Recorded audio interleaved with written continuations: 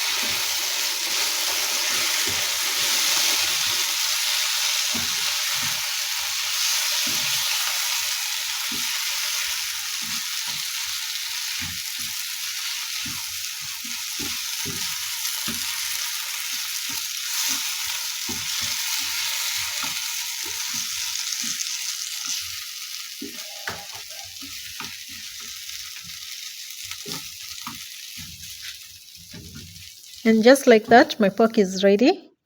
You can imagine the aroma that's filled in the kitchen. Oh my goodness. Oh, this meat looks so tantalizing, so delicious. Yeah, I served mine with ugali. You can serve with rice, mokimo, or whatever accompaniment that you like. And I hope you've enjoyed watching the video.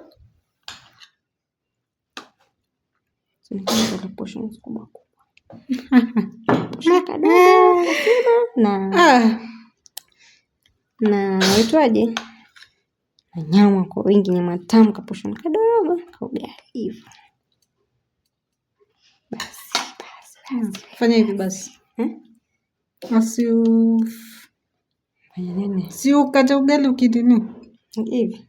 Hapa kwa mate. Fanyeje? Si kama kula ugali. Moto toba.